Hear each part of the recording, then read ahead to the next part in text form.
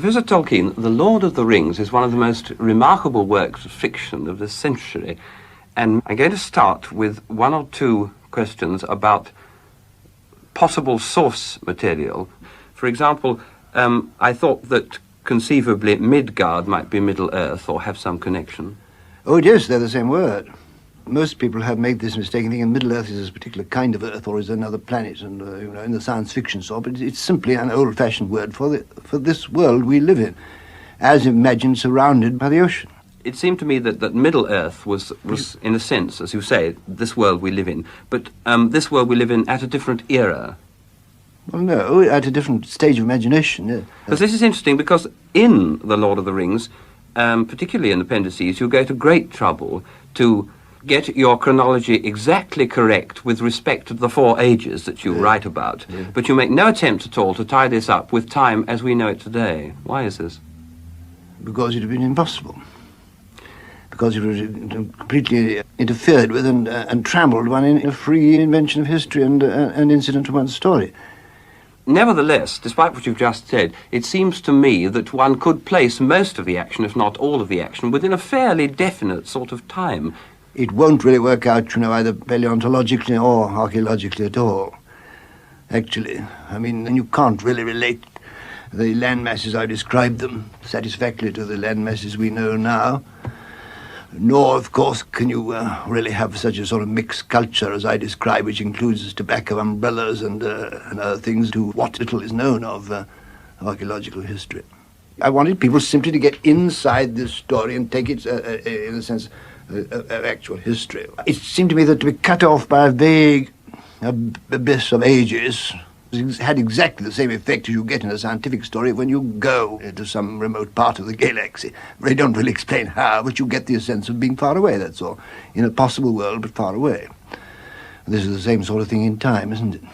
Oh, yes, but in what one might call science fiction, the authors seldom go to the trouble, anything like the trouble you've done, in tying this imagined world so closely to the world as we know it.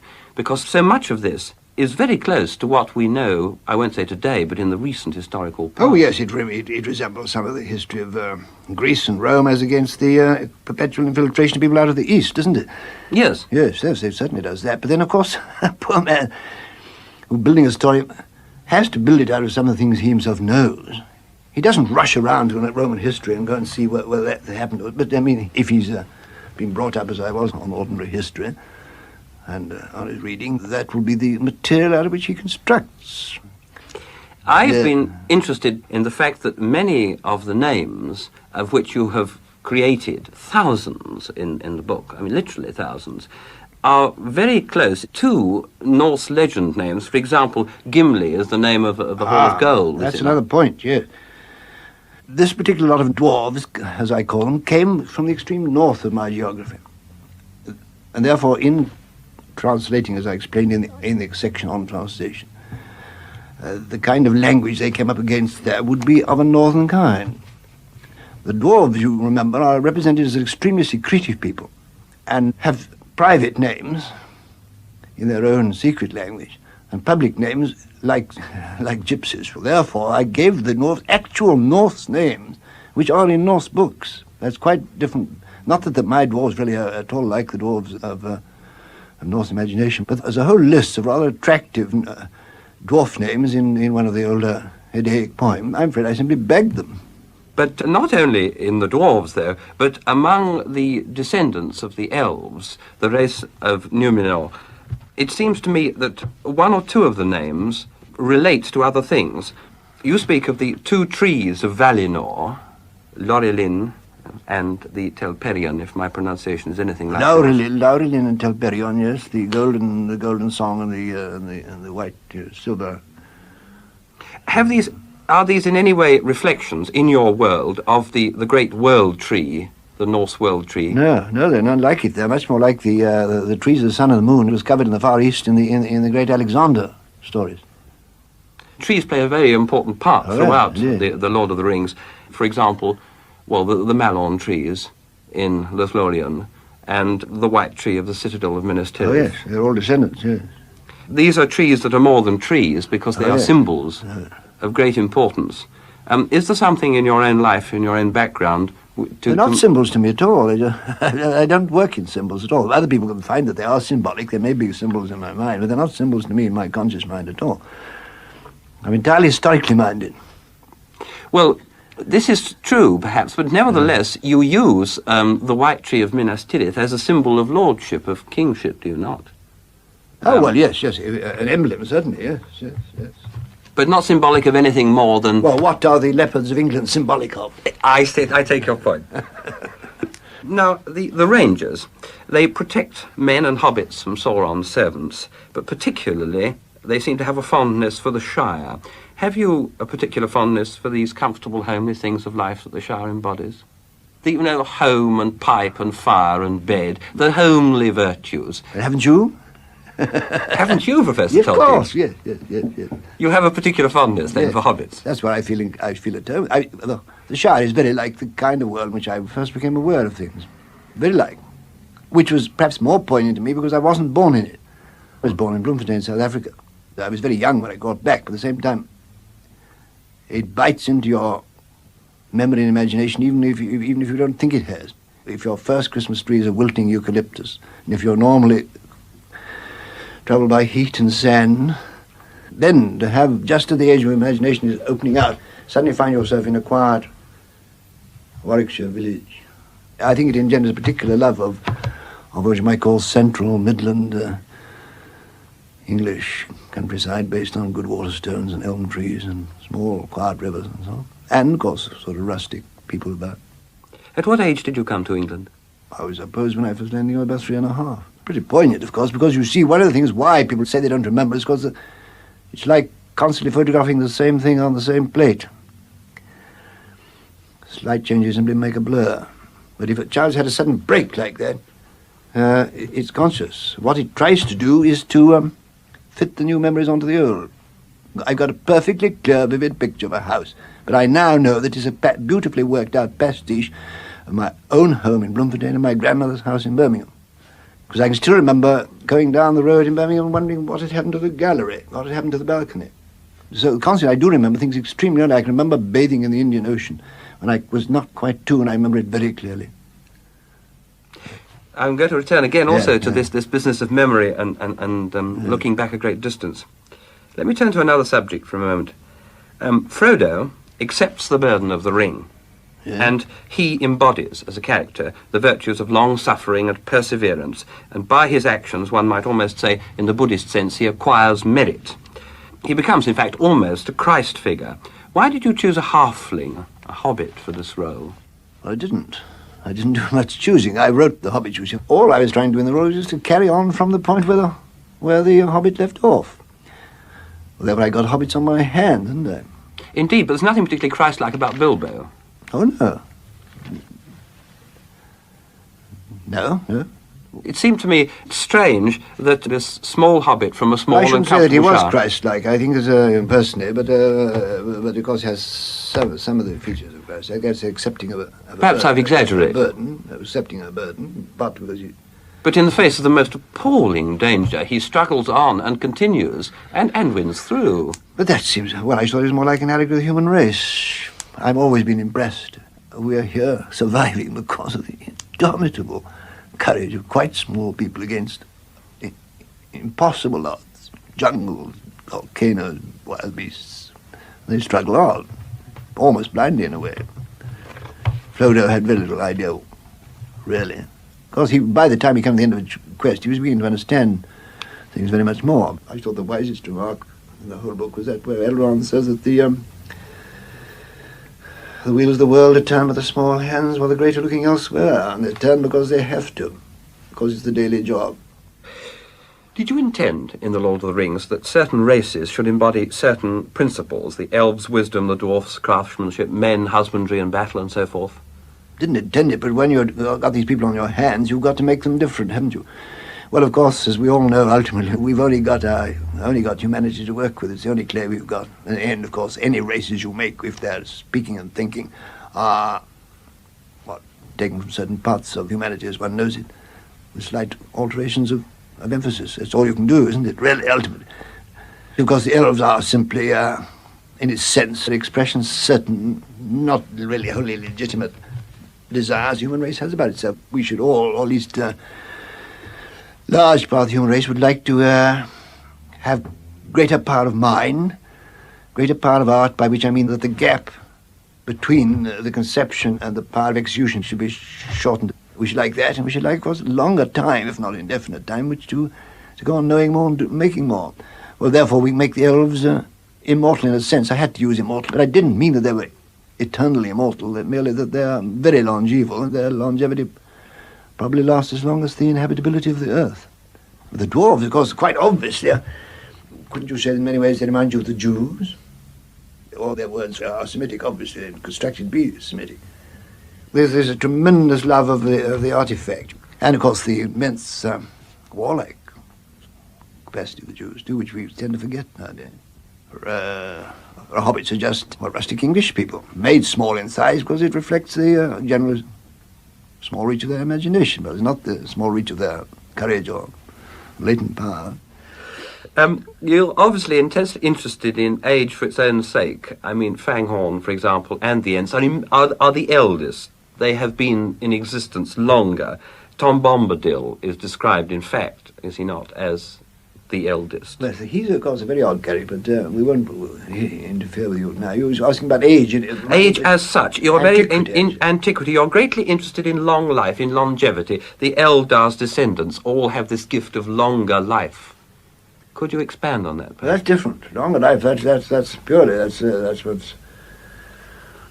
That's oneself. That's because it's an added power in this world. Also, if you are intelligent, an artistic person, it gives you more time, both either to perfect your work or else to do more.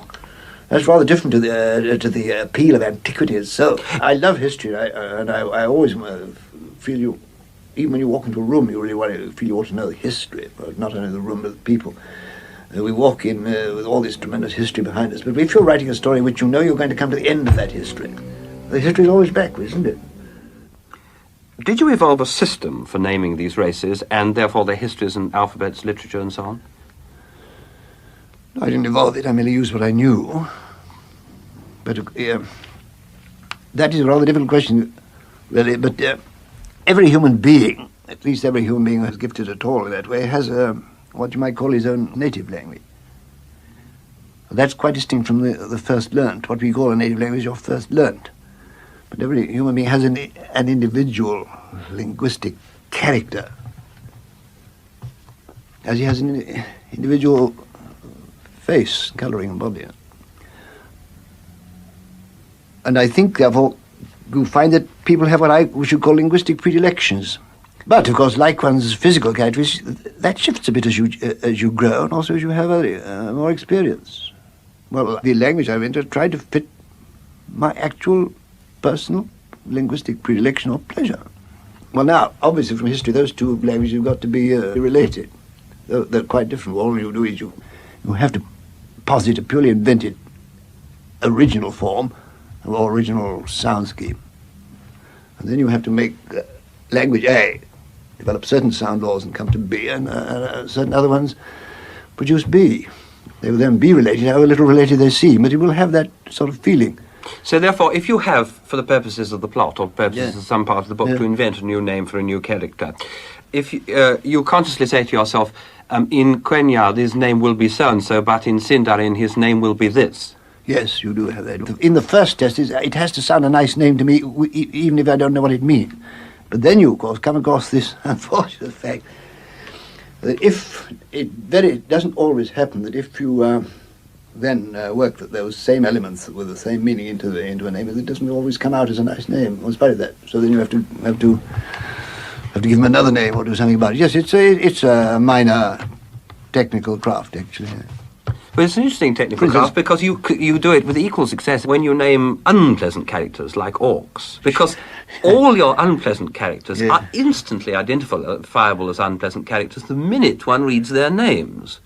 Yes, I suppose they would. You wouldn't like to think much of a chap called Uglu, could you? No. Yet dwarves, although they have names composed of similarly uncomfortable consonants to the English ear, the names are not unattractive. No. Immediately they're attractive. And this seems to me one of the great strengths of the book, amid this enormous conglomeration of names. One doesn't get lost. No, At no, least exactly. after the first reading, after the second reading of the book. Well, it does need an index. I'm very glad you told me, because I gave a great deal of trouble. Well, you must, you see. My things, I did try to use the languages which I did understand, which is, after all, the primary and most important of all cultural appendages. I tried to use them for that purpose, to characterize. Also, of course, gives me great pleasure. A good name. I always, in writing, always start with a name. Give me a name and it produces a story, not the other way about, normally. Of the languages you know, which were the greatest help to you in writing The Lord of the Rings? Oh, no. Yes. Well, because I started trying to invent languages almost at once, because same way that my reading of myth has been disturbed, because I never hardly got through any fairy story without wanting to write one myself. It's perhaps an added discipline to trace back anyway to sources in a work of this sort. But do you trace in the languages you invented more to Scandinavia or more or later things like Middle English or? I don't know. No, of the sort of modern language, I should have said that Welsh was always attracted me by its style and sound more than any other, even though I first only saw it on coal trucks. I always wanted to know what it was about. It seems to me certainly that the music of Welsh comes through in the names you've chosen for mountains and for places in general. Yeah. Do you acknowledge this? Yes, very much. But a much rarer, but very potent influence on myself has been Finnish. Now, women play very little part indeed in The Lord of the Rings. Éowyn is almost the only woman in the book who shows any sign of sexual awareness at all. Did you deliberately exclude sex from the book? No, but after all, these are wars and a terrible expedition to the North Pole, so to speak. But other writers have occasionally allowed their characters to digress, if it be digression in this way. Surely there's no lack of interest, is there? Oh, it's not a case of lack of interest at all. Wouldn't you have thought that Galadriel... Every character is tempted at some point. Wouldn't you have thought Galadriel's temptation and what she says about herself is significant? Yes, I think so. But there is always... It's always at one remove. I don't know how to explain it. I know that how one reviewer explained it. He says it's written by a man who's never reached puberty and knows nothing about women except for a schoolboy. And all his characters, all the good characters come home like happy boys, safe from the war. I thought it was very rude from a man, as far as I know, is childless, to writing about a man surrounded with children, wife, daughter, grandchildren. Still, it isn't that. That's not the reason. Only because it's equally untrue, isn't it, that it's a happy story. One friend of mine said he only read it in Lent because it was so hard and bitter. To turn to a practical point, how did The Lord of the Rings develop from The Hobbit? Because clearly it developed. Oh, yes, if of course The Hobbit was successful. Naturally, I was pressed for a sequel. I looked for the only point in it that showed signs of development. So I thought we'd choose the ring as the key to the next story. That's the mere germ, of course. Yeah. Then when I saw, of course, that if you're going to I wanted to make a big story, I felt it got to be the ring. No, it's not a magic ring. I invented that little rhyme. I remember my bath one day. Now, this germ actually, of course, is also present, isn't it, in many mythologies? I mean, in Scandinavian mythology, there are the rings of power, are there not? Yes, there are. It's guarded by dragons, is it not, in yes. Germanic legend? I suppose Smaug might be interpreted as being a sort of Fafnir, is he? Oh, yes, very much so. Except no, Fafnir was a human being, you see, or a being, a humanoid, shall we say, being who took this form. Whereas Smaug is pure intelligent lizard. You have a fondness for intelligent lizards. Well, dragons always attracted me as a mythological element. They seem to be able to comprise human malice and bestiality together so extraordinarily well, and a sort of malicious wisdom and shrewdness. Terrifying creatures. Asking how The Lord of the Rings began leads on to this question.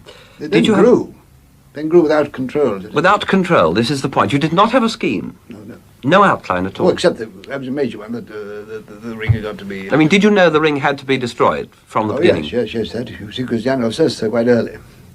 Therefore, at some point or other, a hobbit has got to make his way to the cracks of doom, obviously, hasn't it? That's the only thing. And several times I tried to write that last scene ahead of time. It didn't come out. It never worked. Oh, I had to wait for it to come through. Did you decide right at the beginning that Gollum was to play such a part, or did you go back through the book after and write in the various linking parts of Gollum? You couldn't get Gollum out, could you? If you think of Gollum's relation to the ring. If the ring is going to be important, then the Gollum business must be important. I liked him better than all the other characters, and much more sorry for him. But you see, this is interesting because he's practically the only grey character, with the possible exception of Boromir, right through the book. And Denethor, yeah. And Denethor, yes. The others are almost completely black and white. They all have their temptations, actually. Yes. They all have their temptations, but nevertheless, the moment you've established your character, your reader knows what his own personal character is. He's going to be a goodie or a baddie. Yes, yes. Well, of course, yes. One knows that isn't generally true, but I have to simplify a little. Yes. But that's why Gollum is so interesting, because he almost repents at one point, doesn't he, where he sees Frodo. To me, the most poignant, the centre of the whole story, the most poignant moment of all, because it's so terribly true. It's the good people who do the damage so often. It was Sam's suspicious faithfulness was very much justified, which ruined Gollum. You see that if you go a long, long way in wickedness, then comes your chance, which you can't therefore demand that it should be made nice and easy at that point. It's going to be probably very sticky, the last chance. And it was too sticky for Gollum, because I spent a lot of thought about it, because he grew on me. I mean, I almost could see Gollum. Where I've been most criticised by certain people, and where I think I'm the most right, is making point of fact, though I do praise them for seeing it, is that Frodo actually failed. The thing that some people have said about it is extraordinary. You would have thought in this age, when we are now faced with the absolute certainty of pressures which can't be resisted, people would realize more clearly than ever did before that the motives which would go into such a situation are so important. It's very rash to put yourself in a position you know to be too powerful for you. That's presumption. If you go in with good motives and then land in a position which you can't face up to, then that's up to the government, isn't it? Some people have been very angry about it. Sort of people that deprive a man of his citizenship when he came back after being brainwashed and a ratty or give him something away. That's a sign of mind. There is still amongst such. It's true, yes. But you find that your correspondents, in fact, complain a great deal about certain incidents in the story, or have complained? I once said, and I think it's roughly true, that if I was to listen to my correspondence, every part of the Lord of the Rings is a failure or its only weakness. On the other hand, there's another list which every part of which is particular strength.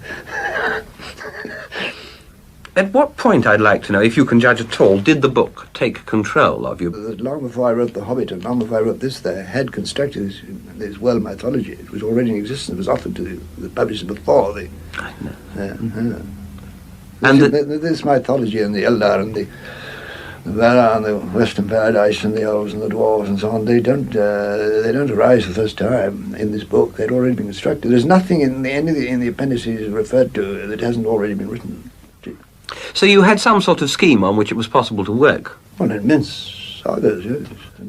Well, rather similar that they got sucked into it, as The Hobbit did itself. You see, Hobbit was originally not part of it at all, but as soon as it got moving out into the world, it got sucked into it. So your characters and your story really took charge? I say took charge. I don't mean that you were completely under their spell or anything of this sort. Oh, no. I don't walk about dreaming at all, no. No, it isn't an obsession anyway. Other people have had written large things there with the same sensation that you have some days. It may be a purely psychological delusion. But you have a sensation that, but at this point, A, B, C, D, only A, one of them is right, and you've got to wait till you see. Well, of course, there's no doubt subconscious goes on working on these things. Anyway, it's no good trying to anticipate, because all the things I've tried to write ahead at times just to direct myself all proved to be no good when you got there. A story like that has to be written backwards as well as forwards. This is, I thought, probable, yes. Well, you see, Boromir, well, he had to be put back. Boromir came important at a certain point, but of course he had to be put right back into book one. Of course, I had maps, because if you're going to have a complicated story, you must work to a map, otherwise you can never make a map of it afterwards. The moons, I think, finally, the moons and suns have worked out according to what they were in this part of the world in 1942, actually. They must have something where they I mean, I'm not a good enough mathematician or astronomer to work out whether they might have been 7,000, 8,000 years ago, but as long as they correspond to some real configuration of it was good enough. Moons are much more tricky to deal with than suns, of course. But on the whole, I don't think the moon is full or rise in the wrong place. You began in 42, did you, to write it? Oh, no, I began in 30, as soon as half it was out, in the 30s. You know. And when did you... It was finally finished just before it was published, I in wrote it 54? about 1949, I think. I remember blotting... I remember I actually wept at the field of Cornwallen, where, of course, the tears come easier, I think, with... At the good denouement. But then, of course, a tremendous lot of revision. I typed the whole of that work out twice, and lots of it many times, on a bed in an attic, because I couldn't afford the typing. There were some mistakes still. And also, what amuses me to say, because I suppose I'm in a position which it doesn't matter what people think of me now, some frightful mistakes in grammar from a professor of English language literature, rather shocking. You know. I haven't noticed any. There was one where I used bestrode as the past participle of bestride. Well, there's a lot of things like that, yeah. Will you ever correct them in another edition? Or I have sent in some corrections. There always seem to be new ones cropping up. Yes, there are some. And of course, dwarves are really mistaking grammar, of course. I've tried to cover it up, but it's just purely the fact that I have a tendency to increase the number of these vestigial approvals, which is a change of consonant, like leaf leaves. My tendency is to make more of them than are now standard. And I really thought dwarves, why not? Did you evolve the languages before you wrote the book? Oh, yes. Yes. Well, yes, I've altered them as well, I mean. Indeed, long before. In fact, they began before the mythology. For what purpose? Just for fun? Expressing one's own tastes. After all, isn't that what artists do? Of course, but you see, an artist paints a picture presumably for himself, but occasionally with communication in mind. Had you invented these languages with any sense of communication with other people? No, but I hope to find one. I found it in the book. Yes. Of course, it's not uncommon, you know. It's mostly done by boys. It's frowned on because they get a guilt complex about it because it's taking off their time from something else. An enormously greater number of children have what you might call a creative element in them than is usually supposed. And it isn't necessarily limited to certain things. They may not want to paint or draw, they may not have much music, but they nonetheless want to create something. And if the main mass of education takes linguistic form, their creation will take linguistic form, even if it isn't one of their talents, won't it? It's so extraordinarily common. I once did think that it's an awful pity that there ought to be some organised research in it, I think. It'd be very fascinating, not only from the point of view of art education and impact of education on that part, which would be fascinating from that point of view. It is extraordinarily interesting in getting a large body of records of the linguistic predilections of children at certain ages.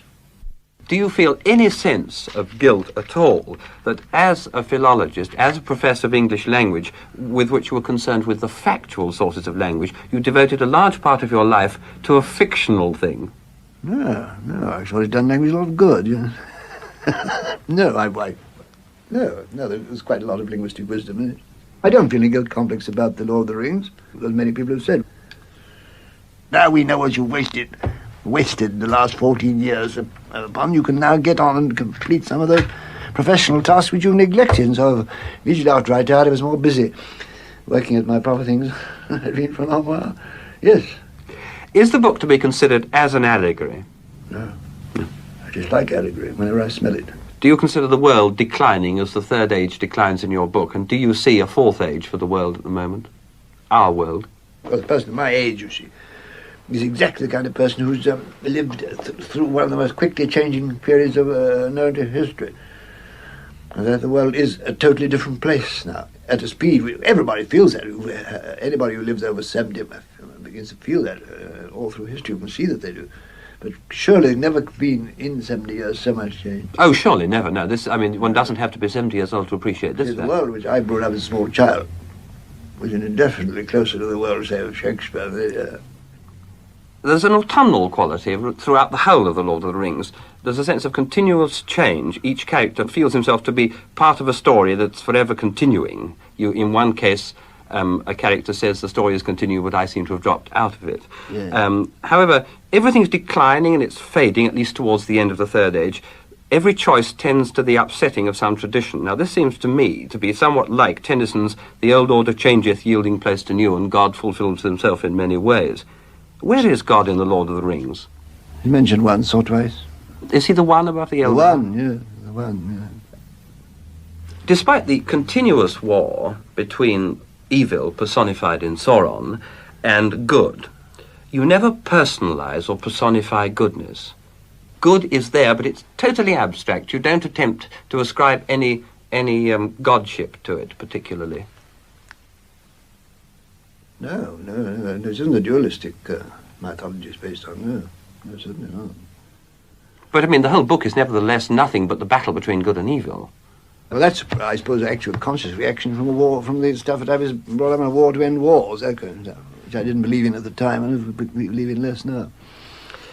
If I can take this a bit further, I may make my point clearer. In battle, Frodo and Sam call on Galadriel or their native country. Gimli calls on his ancestors' axe, if I read your appendices correctly, and the men call only on their swords by name or on their kings or lords. I would expect them to call on their gods, and yet amid thousands of names, you don't name the deities of any of the races you've invented. Why? Have they no gods as There aren't such? any. I would have thought a story of this sort was almost dependent upon an intense belief in some theocratic division, some hierarchy. There is indeed, but that's where the theocratic hierarchy comes in. The man of the 20th century must, of course, see that you must have, whether he believes in them or not, you must have gods in a story of this kind.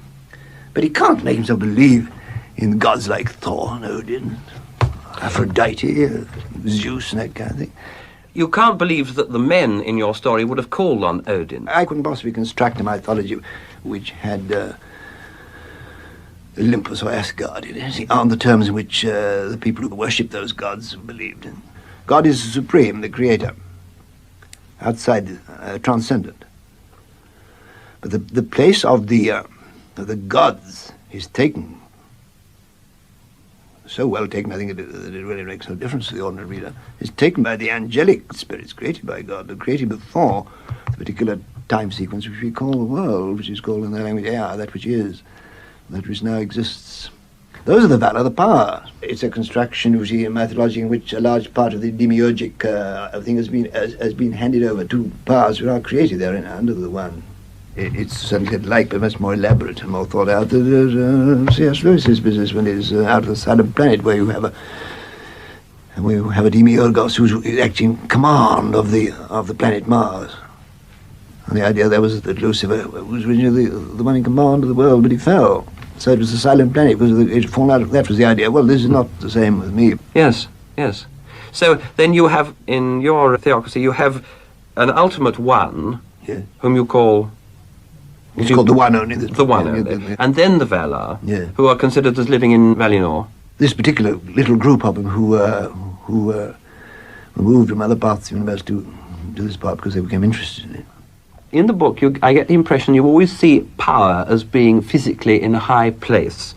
You have a high seat. There's Orthanc, Medusel, Barad-dûr, the towers of Minas Tirith, Morgul and Cirith Ungol. They are always high, physically up. Is power for you always, so to speak, at the top of a mountain or top of a height? Well, that's just a symbol, isn't it? Or no, as a matter of fact, it's just a storytelling thing. You want towers and so on, but could have them down the dungeon or underneath. They are, in fact, Morgoth, the prime mover of evil, of whom Sauron was only a petty lieutenant, lives in a dungeon. He must be in a fortress or of some kind. Not that Valinor has any high towers, just of... Well, that is almost without the world you describe, isn't it? It's in the physical world, according to the myth, until the downfall of Atlantis. I have an Atlantis complex, in addition to all these other things. And quite independent of that, a permanent dream that I had, let's say that the ineluctable wave has been one of my nightmares, sometimes coming in over the open country. It always ends by one surrendering oneself when one wakes up. But it comes in all kinds of points. Whenever I used to doodle and draw, nearly always a lone figure with the vast oceanic wave coming in. So, of course, I had to write quite independently these Atlantic stories, which I call Numenor, which means the land of the extreme western. Well, this is the fable, you see. Since the whole question of the human fall is left off the stage, naturally. It occurred, but they're not known. Since they regraced these people, they were given this great island, the first all west, not in the divine world, not in the immortal world, to live on. Then, of course, will always come a seemingly meaningless band, like the fruit of the tree of evil. Lewis used the same thing in his Perilandum. Their ban was they mustn't sail west. They did. Hence the ultimate downfall. Then became an intellectual. People lived there only in memory. It lived in time, but not present time. And of course, Numenor was drowned, and the earthly paradise was removed, and so then you could then get sail to America. Told you the world became round. It always had been a vast globe, but people can now sail round, discovered it round. And that's was my solution of the thing. I also wanted to give them the fall of Atlantis some universal application. The point is really, I've written some story about it, in which as they get to that, you suddenly see the real curvature of the world going down like a bridge. You're on a line which leads to what was. Of course, I don't want your theory of time is, but what was, what is, if it ever had an existence, still has that same existence. But we won't go too, you can't go too deeply in those things, but they really are sailing back to a world of memory.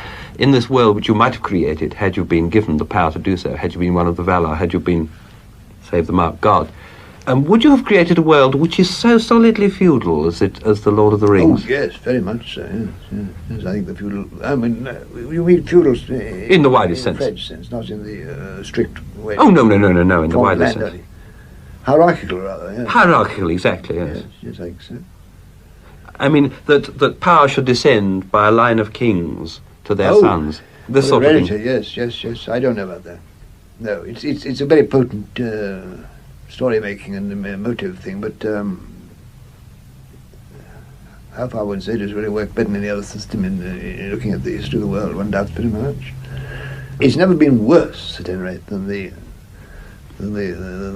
struggle for power always ensues when you haven't got some line of descent which can't be questioned. You're wedded to the feudal system, in a sense.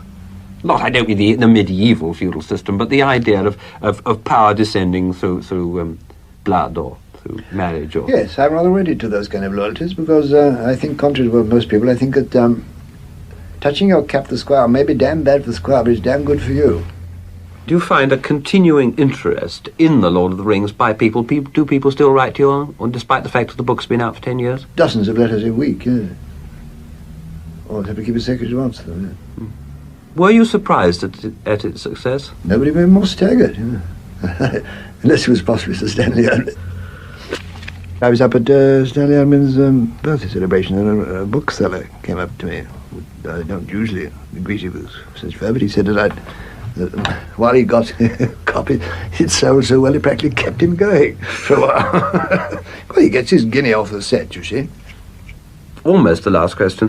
Do you, in fact, believe yourself, not in the context of this book, but believe in the sense of straightforward, strict belief, in the Eldar or in some form of governing well, the Eldar mustn't be distinguished from the Valar. The Eldar only... the Valar, I mean, I'm sorry. Yeah.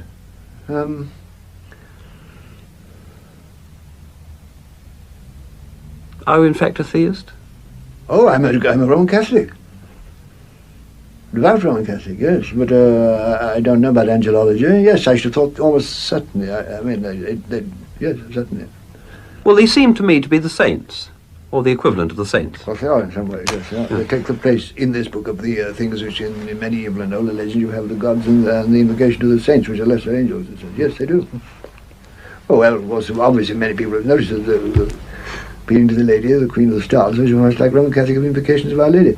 Do you wish to be remembered chiefly by your writings on philology, on other matters, or by The Lord of the Rings and The Hobbit? I shouldn't have thought there was very much choice, and if I remember at all, it would be by The Lord of the Rings, I'd take it. I wouldn't mind the other being remembered, but I am conscious of the small and not very important. Won't it be rather like the case of Longfellow, won't it? People remember Longfellow wrote Hiawatha and perhaps one or two other things. They quite forget he was a professor of modern languages.